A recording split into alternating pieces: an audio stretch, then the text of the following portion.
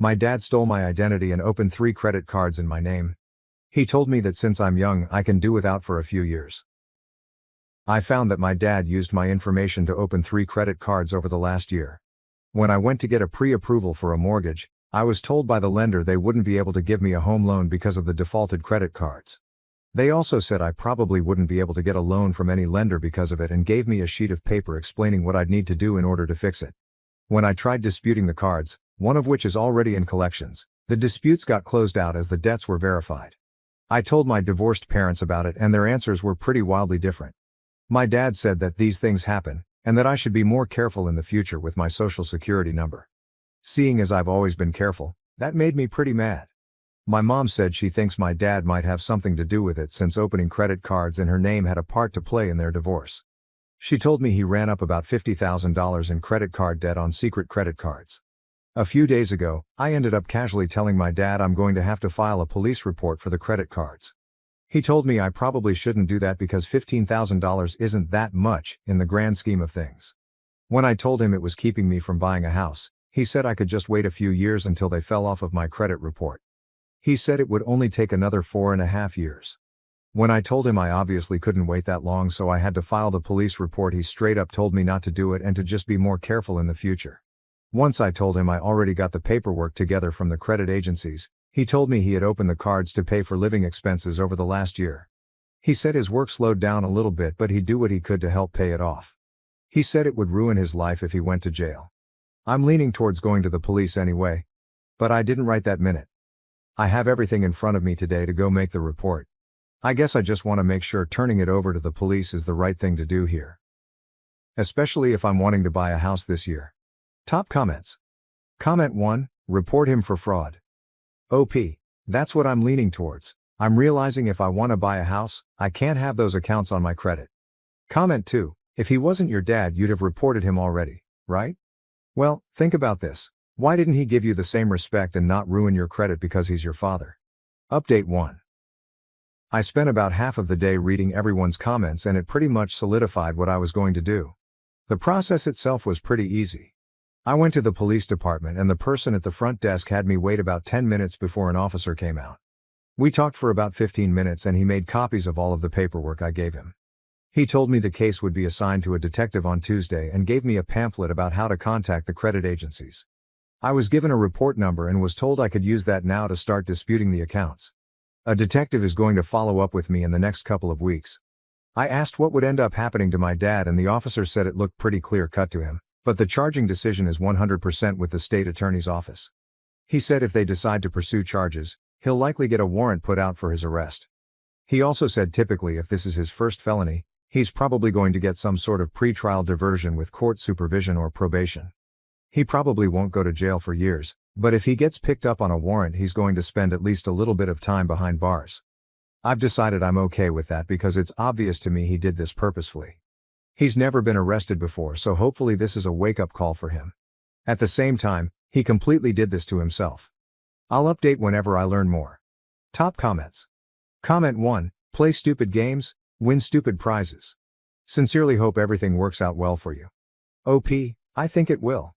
From what I understand, it might take a month or 2 for the cards to come off of my credit, but once they do, my credit score should shoot up. Comment 2, well done OP. I was so mad on your behalf reading the first post, it would take everything in me not to use his words against him. Jail time? It's just a few years. You've ruined my life. No. You did it by trying to ruin mine. I hope the marks come off your credit report like it's made of Teflon. Good luck on your home ownership journey. Update 2. There's been some good, a little bad, and a little real bad progress the past few days.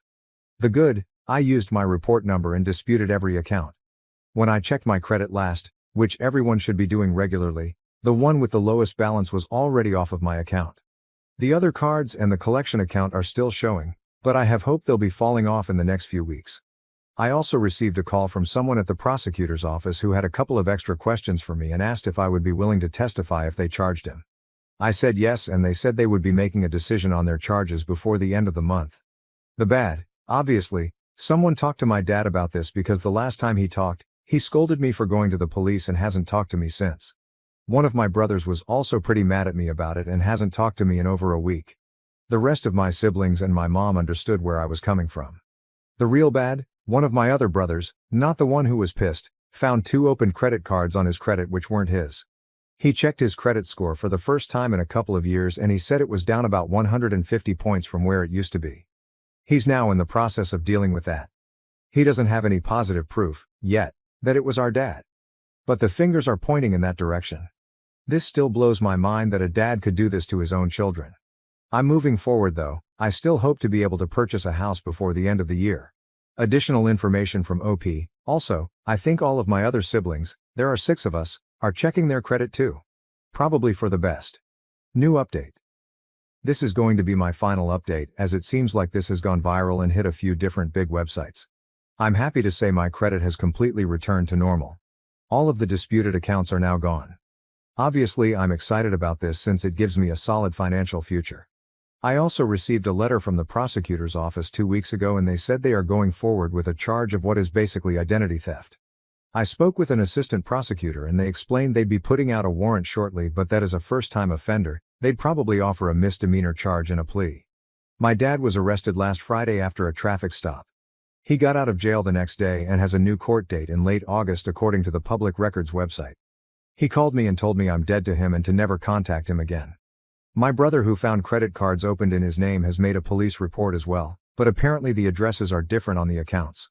He was told it was unlikely it would be prosecuted but he's working on getting them off of his credit.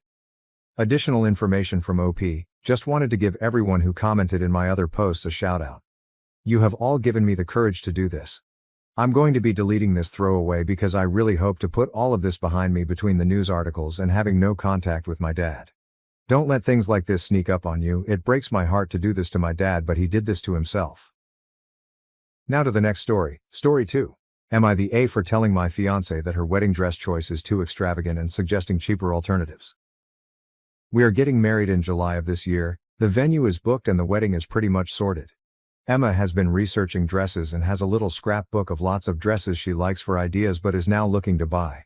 All that's left to get is the bridesmaid dresses and her wedding dress. We jointly put aside $10,000 each for the wedding, everything is paid and we have $6,000 left over which I think could go towards the honeymoon on top of the honeymoon fund we already had. We aren't the extravagant type at all, then comes the time for Emma to pick her dress. I know everything is more expensive when it has the term wedding attached to it. What I wasn't expecting was a $950 dress plus $120 veil. I'm using my dad's old tux he used for his wedding to my mom, just had it taken in a little. Emma can't use her mom's dress as her, and her mom both say the style hasn't aged well, which is fair. I had a quick Google around at dresses online and there were so many. And so many just like the one Emma wants for like $50 to $100. I'm not trying to get her to cheap out on her dress but she will literally wear it once. One dress for over $1,000 is just insane that would fund our honeymoon. I tried to show her some dresses I found on a recommended app called Wish and others on websites, but she was having none of it. She is very slender but apparently wants it specially fitted. It turned nasty unfortunately because I said I refused to drop such a large amount of money on a dress and she argued that she is using her own money for the dress. Which isn't strictly true as we ain't about to marry and our finances will be joined. Then her mom had to get involved. They offered to pay for the dress but it's not a case of not being able to afford it. It's a dress. There are identical ones online at a fraction of the cost. I thought she would be ecstatic to learn there are identical dresses for a fraction of the cost but she was really angry and upset.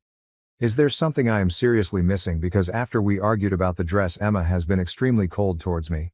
Then yesterday she said if I want her to cheap out on her wedding dress on her wedding day that she needs to really consider if we're a good match for marriage. I was blown away that she would say that over a dress. I told her she's like a toddler throwing a tantrum over a sparkly toy she can't have. That was a mistake as she left to stay with her parents, who called to tell me I am much more than an asshole. TLDR fiancé can get a similar dress for around $100 with shipping online but wants to blow over $1,000 at a local wedding dress boutique. Am I the asshole for saying to get a cheaper one online? Edit. Emma found this thread. It was a mistake to post here and I'm sorry I posted our problems on Reddit. IATA the top replies from OP. Comment 1, but the gowns I found on Wish looked very professionally made, and very similar to the one she's picked. Comment 2. I mentioned the second-hand wedding dress store and she said no without even going to take a look.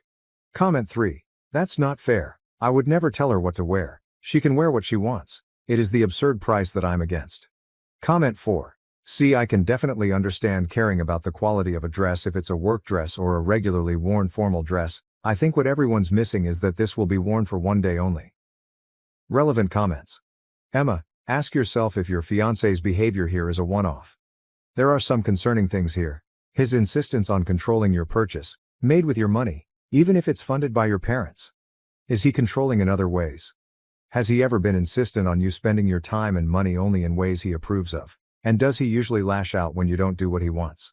The way he's resorting to name-calling because you wouldn't capitulate to his demands, calling you a toddler throwing a tantrum, instead of communicating with you respectfully.